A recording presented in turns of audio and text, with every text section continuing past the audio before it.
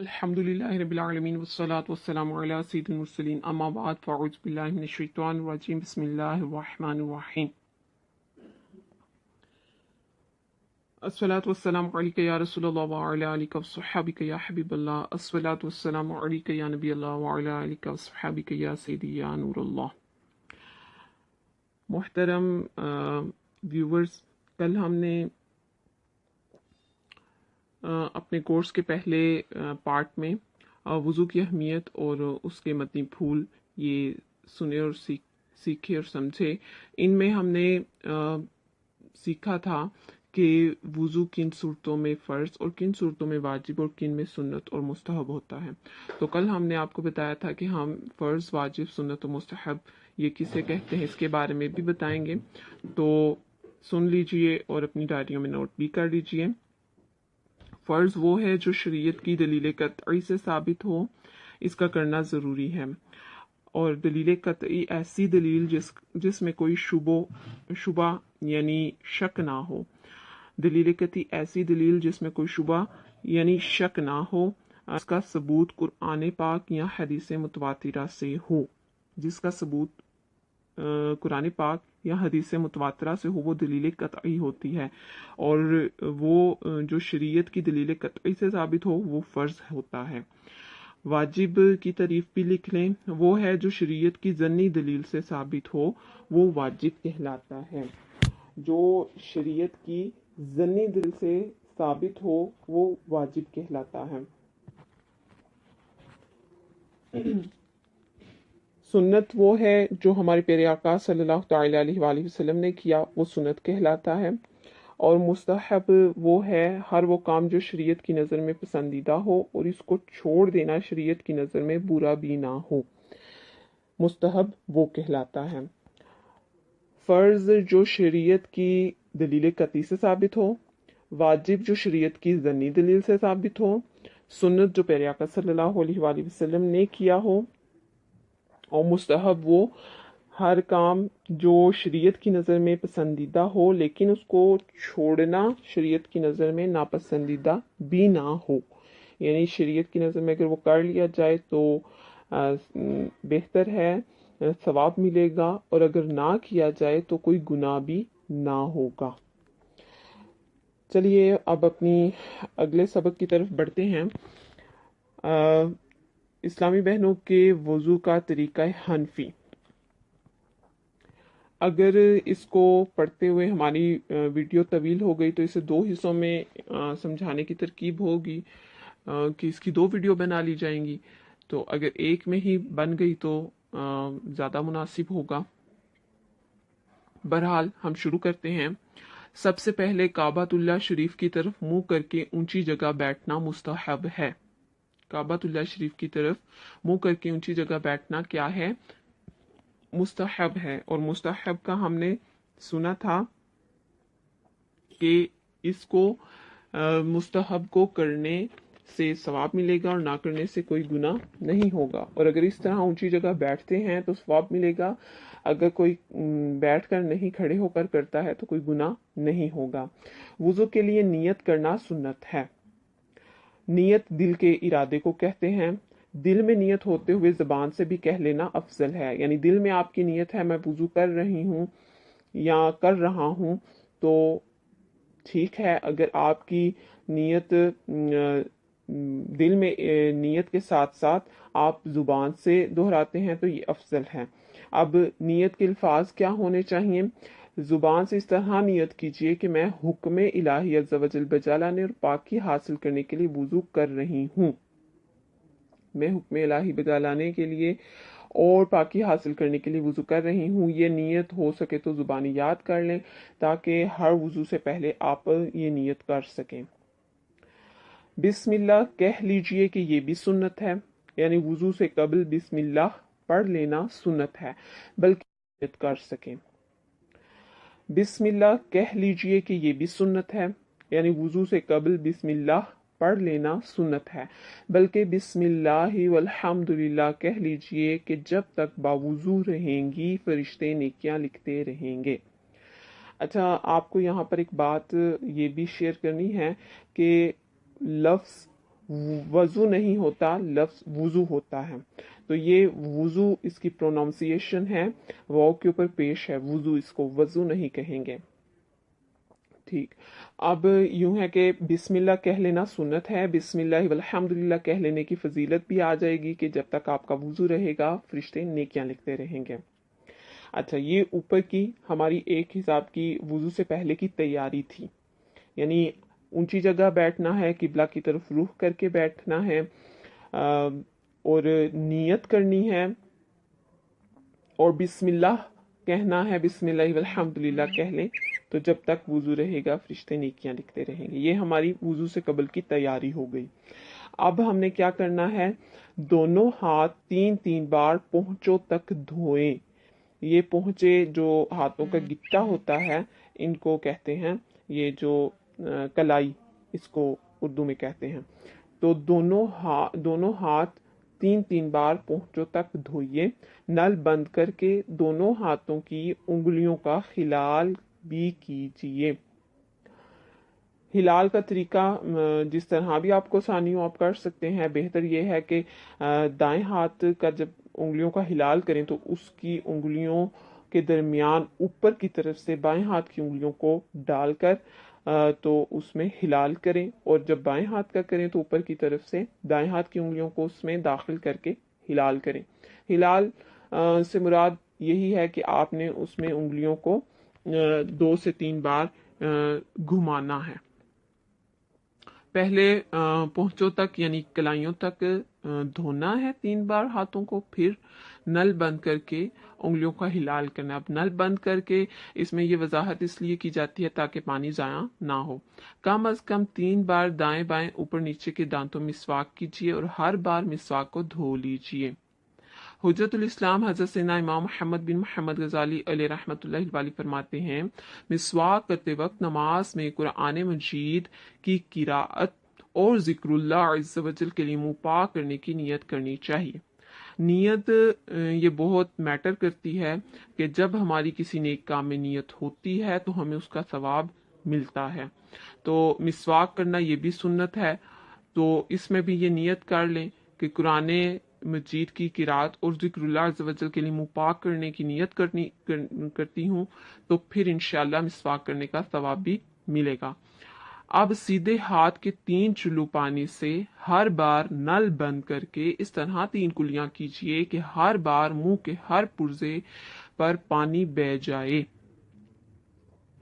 اب کلی کس طرح کرنی ہے کہ 3 چلو پانی سے کلی کرنی ہے، یعنی پہلے 1 چلو پانی لیا، پھر کلی کی نل بند کر کے، پھر نل کھولا، دوسرا چلو پانی لیا، اس سے کلی کی، پھر نل کھولا، تیسرا چلو پانی لیا، اس سے کلی کی.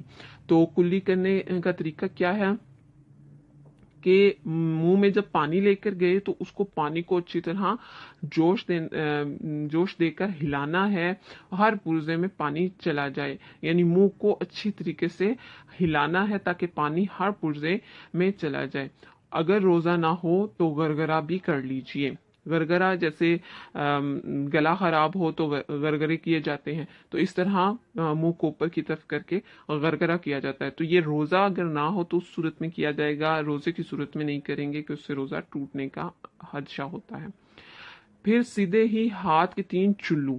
اب ہر بار آدھا چلو پانی کافی ہے. پہلے پورا چلو ہم لے رہے تھے کلی کے لیے، لیکن اب آدھا چلو پانی ناک میں پانی چڑھانے کے لیے کافی ہوگا.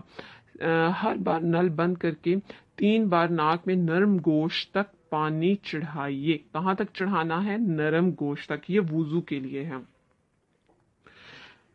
کیونکہ ہم وضو کا طریقہ سیکھ رہے ہیں تو اس میں وضو کے بارے میں بتایا جا رہا ہے. 3 چلو پانی نرم گوشت تک، یہ وضو کے لیے ہے.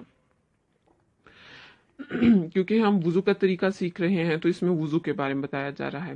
3 چلو پانی اور آدھا چلو کافی ہوگا. ہر بار نل بند کر کے 3 بار ناک میں نرم گوشت تک پانی چڑھائیے، اور اگر روزہ نہ ہو تو ناک کی جڑ تک پانی پہنچائیے. اب روزے کی صورت میں نرم گوشت تک چڑھائیں گے، اگر روزہ نہیں تو پھر جڑ تک پانی کو چڑھا سکتے ہیں. اب 3 بار پانی چڑھا لیا. اب نل بند کر کے الٹے ہاتھ سے ناک صاف کر لیجئے और छोटी उंगली नाक के सुराखों में डालिए, यानी उल्टे हाथ से नाक की सफाई कर लीजिए। 3 बार सारा चेहरा इस तरह धोइए कि जहां से आदतन सर के बाल उगना शुरू होते हैं वहां से लेकर थोड़ी के नीचे तक, यानी माथे से जहां ऊपर से बाल उगना शुरू होते हैं वहां से लेकर थोड़ी के नीचे तक, और एक कान की लो से लेकर दूसरे कान की लो तक। ये जो कान के सामने की तरफ छोटा सा गोश्त नरम हड्डी का बना होता है, इसको लो कहते हैं। तो ये कान की एक लो से लेकर दूसरे कान की लो तक हर जगह पानी बह जाए, ये जरूरी है। फिर पहले सीधा हाथ उंगलियों के सर से धोना शुरू करके कोहनियों समेत 3 बार धोइए, यानी उंगलियां जहां से शुरू होती हैं हमारे नाखून, यहां से लेकर सीधे हाथ को कोहनियों समेत 3 बार धोएंगे। इसी तरह फिर उल्टा हाथ धोएंगे। दोनों हाथ आधे बाजू तक धोना मुस्तहब है। आधा बाजू किसको कहेंगे कि कोहनी के ऊपर जो हमारा हिस्सा है, शोल्डर और कोहनी के दरमियान ये जो हमारा बाजू आता है, इसका भी आधा हिस्सा ये पूरे आधा बाजू कहलाएगा। तो वहां तक धोना मुस्तहब है, यानी धोएंगे तो सवाब मिलेगा, नहीं धोएंगे तो कोई गुनाह नहीं, लेकिन कोहनियों समेत धोना ये फर्ज है। अगर चूड़ी, कंगन या कोई से भी जेवरात पहने हुए हों तो उनको हिला लीजिए ताकि पानी इनके नीचे की जिल्द पे बह जाए। पानी का बहाना जरूरी है, इसलिए जेवरात को हिलाना जरूरी है। अगर इनके हिलाए बगैर पानी बह जाता है तो हिलाने की हाजत नहीं, और अगर बगैर हिलाए या बगैर उतारे पानी नहीं पहुंचेगा तो पहली सूरत में हिलाना, यानी अगर बगैर हिलाए पानी बह जाता है तो इसमें बगैर हिलाए पानी नहीं गुजरेगा तो फिर हिलाना जरूरी होगा, और अगर उतारे बगैर पानी नहीं गुजरेगा तो फिर उतारना जरूरी होगा। अक्सर इस्लामी बहनें यानी अक्सर खवातीन चुल्लू में पानी लेकर पहुंचे से 3 बार छोड़ देती हैं। पानी हाथ में लेती हैं और ऊपर से छोड़ देती हैं कि कोहनी तक बहता चला जाता है। इस तरह करने से कोहनी और कलाई की करवटों पर पानी ना पहुंचने का अंदेशा है, लिहाजा बयान करदा तरीके पर हाथ धोइए, यानी जो ऊपर बयान किया गया है तरीका के हाथ उंगलियों के सिरे से लेकर कोहनियों समेत अच्छी तरह हाथों को, ये बाजू को धो लीजिए।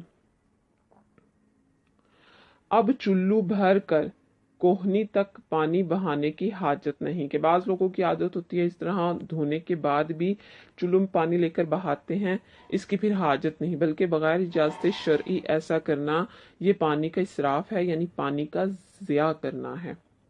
अब नल बंद करके सर का मसा इस तरह कीजिए कि दोनों अंगूठों और कलमे की उंगलियों, ये जो शहादत की उंगली कहते हैं, कलमे की उंगलियों को छोड़कर, अंगूठों और कलमे की उंगलियों को छोड़कर दोनों हाथों की 3-3 उंगलियों के सिरे एक दूसरे से मिला लीजिए।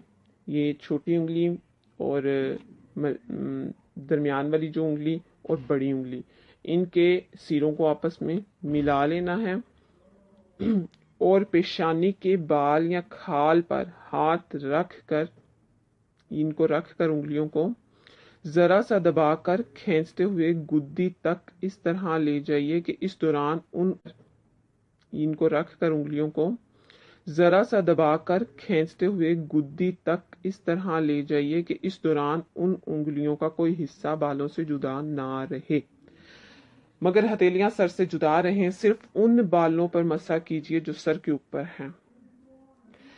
फिर गुद्दी से हथेलियां खींचते हुए पेशानी तक ले आइए।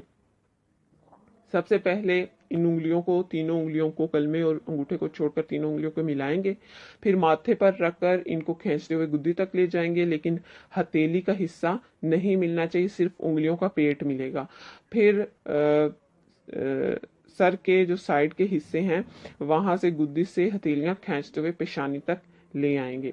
ऊपर के हिस्से पर उंगलियों के जरिए मसा हो जाएगा और साइड के हिस्से पर ہتھیلی کے ذریعے مسا ہوگا۔ کلمے کی انگلیاں اور انگوٹھے اس دوران سر پر بالکل مس نہیں ہونے چاہیے۔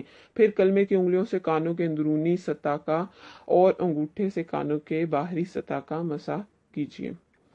چھنگلیاں یعنی چھوٹی انگلی کانوں کے سوراخوں میں داخل کیجیے اور انگلیوں کی پشت سے گردن کے پچھلے حصے کا مسا کیجیے۔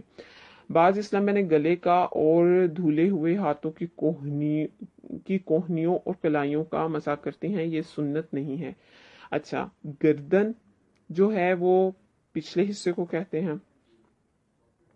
ٹھیک، لیکن گلا یہ جو اگلا حصہ ہے ہمارا اس کو گلا کہتے ہیں۔ تو اب گلے کا مسا نہیں کریں گے، گردن کا مسا کرنا ہے، گلے کا مسا نہیں کرنا، اور بعد میں کوہنیوں کلائیوں کا مسا کرنا بھی سنت نہیں۔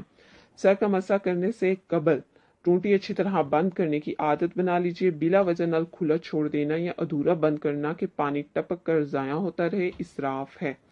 اب پہلے سیدھا پھر الٹا پاؤں ہر بار انگلیوں سے شروع کر کے ٹخنوں کے اوپر تک، بلکہ مستحب ہے کہ آدھی پنڈلی تک 3 بار دھو لیجئے۔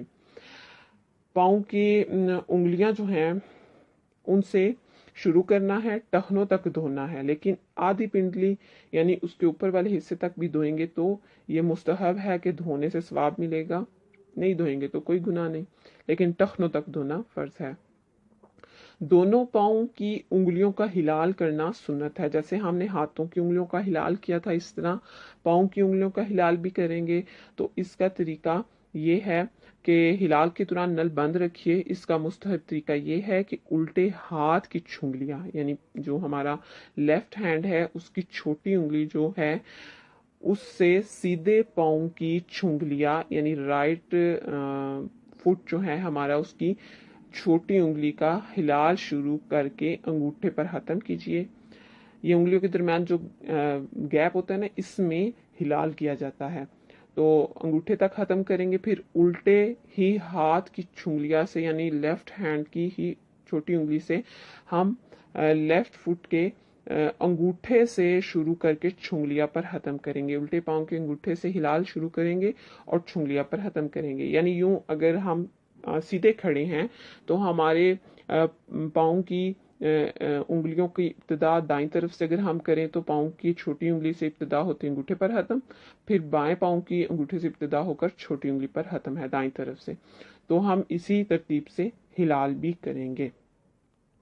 حجت الاسلام امام محمد بن محمد غزالی علیہ رحمۃ اللہ علیہ فرماتے ہیں، ہر عضو دھوتے وقت یہ امید کرتا رہے کہ میرے اس عضو کے گناہ نکل رہے ہیں۔ اب یہ ہم نے طریقہ حنفی سیکھا ہے کہ کس انداز میں کرنا ہے۔ سب سے پہلے ہم نے اونچی جگہ بیٹھنا ہے، قبلہ رموح کرنا ہے، نیت کرنی ہے، بسم اللہ والحمدللہ پڑھنا ہے، ہاتھوں کو یہ کلائیوں تک 3 بار دھونا ہے، پھر ان کا مسح کرنا ہے انگلیوں کا، پھر مسواک کرنا ہے، اس کے بعد کلی کرنی ہے 3 بار، اور پھر ناک میں پانی چڑھانا ہے، پھر چہرہ دھونا ہے، چہرہ پورا دھونا ہے کہ ماتھے میں سر کے بالوں سے لے کر تھوڑی کے نیچے تک، ایک کان کی لو سے دوسرے کان کی لو تک دھونا ہے۔ پھر اس کے بعد ہم نے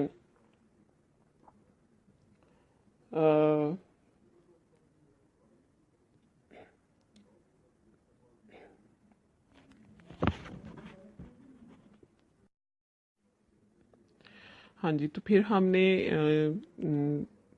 چہرے کو 3 بار دھونا ہے، پھر اس کے بعد ہاتھوں کو بازوؤں کو دھونا ہے کوہنیوں میں 3 بار، پہلے دائیں پھر بائیں، اور پھر اس کی احتیاطیں بھی ہم نے پڑھی کہ کوئی زیور وغیرہ پہنا ہو تو وہ اتارنا ہے، پھر سر کا مسح کرنا ہے۔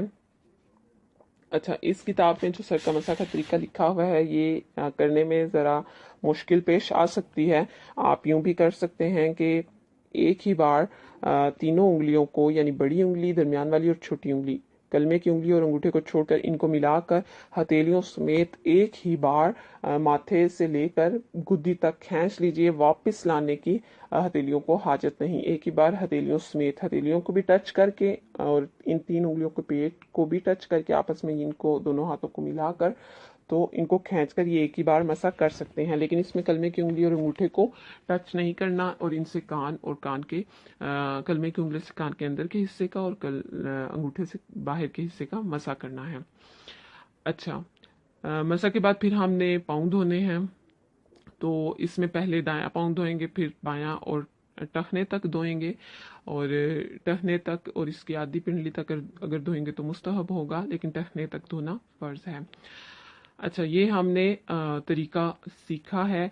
तो नियत भी कर लें कि इसी तरीके के मुताबिक आप सब वुज़ू करेंगी, और दूसरे अपने जो जानने वाले हैं उनको भी इसका जो लिंक है वो शेयर करें, हमारी वीडियो को लाइक करें, सब्सक्राइब करें हमारे चैनल को, बेल आइकन बटन को प्रेस करें ताकि हमारे अगले क्लास की वीडियो भी आपको मिल सके।